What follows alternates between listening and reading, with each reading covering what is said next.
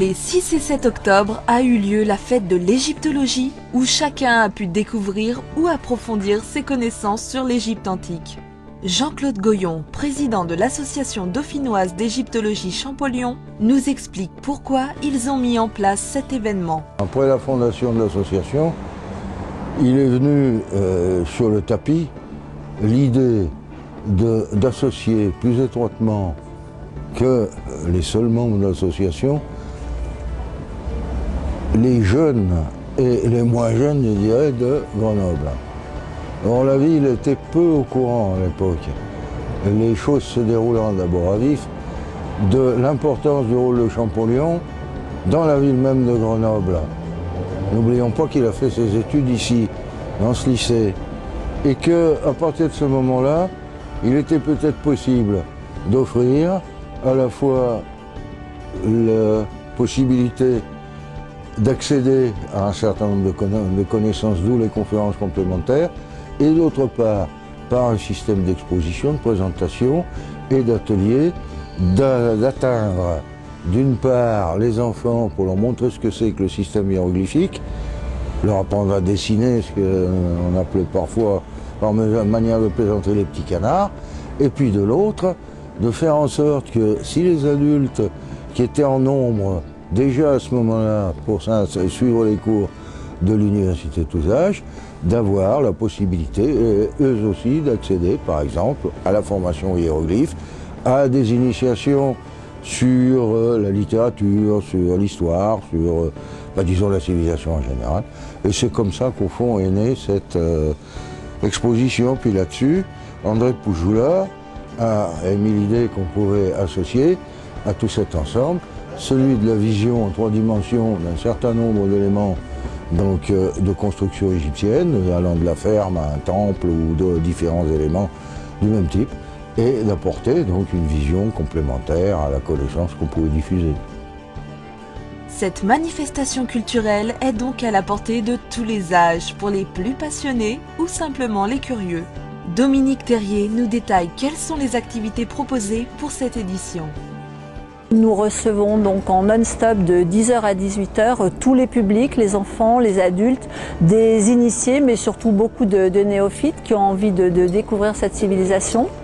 Nous avons des ateliers d'initiation à l'écriture hiéroglyphique pour les enfants. Pour les adultes également, nous avons des concours de dessin, des quiz et des jeux de lettres pour les enfants avec des remises de prix.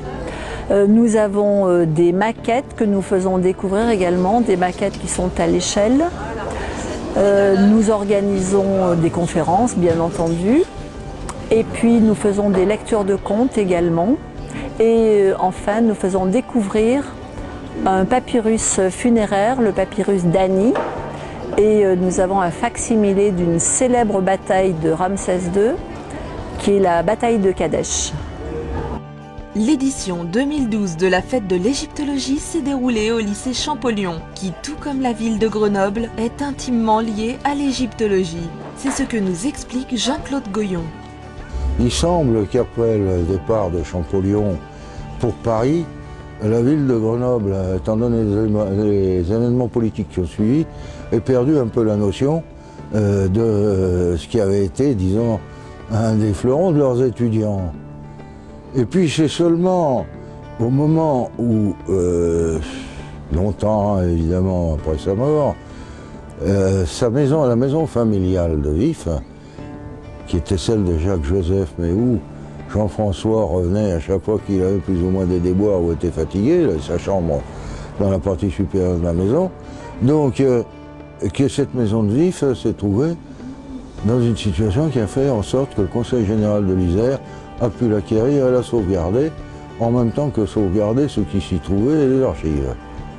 Et à partir de ce moment-là, donc l'association a pris le relais, disons, pour faire l'intermédiaire entre les autorités et la famille, puisqu'il y avait des survivants qui s'appelaient Monsieur et Madame Château-Minois, donc des descendants de Champollion et de Jacques-Joseph. Et donc à partir de là, à la suite d'une série de négociations, la maison a été acquise par le département et les archives ont été sauvegardées. Tout est parti de là. Et si vous voulez, c'est pour faire le corollaire de la première question, si la fête de l'égyptologie a été engagée, c'est aussi pour rappeler aux Grenoblois l'action qui se menait à Vif, et autrement dit, autour de tout ce qui était la mémoire de Champollion, de son travail universel, mais aussi toutes ses attaches grenobloises, parce qu'il était extrêmement attaché à sa région d'origine. Cette année encore, la fête de l'égyptologie a rencontré un vif succès. De nombreux visiteurs de tout âge ont pu découvrir les multiples ateliers proposés.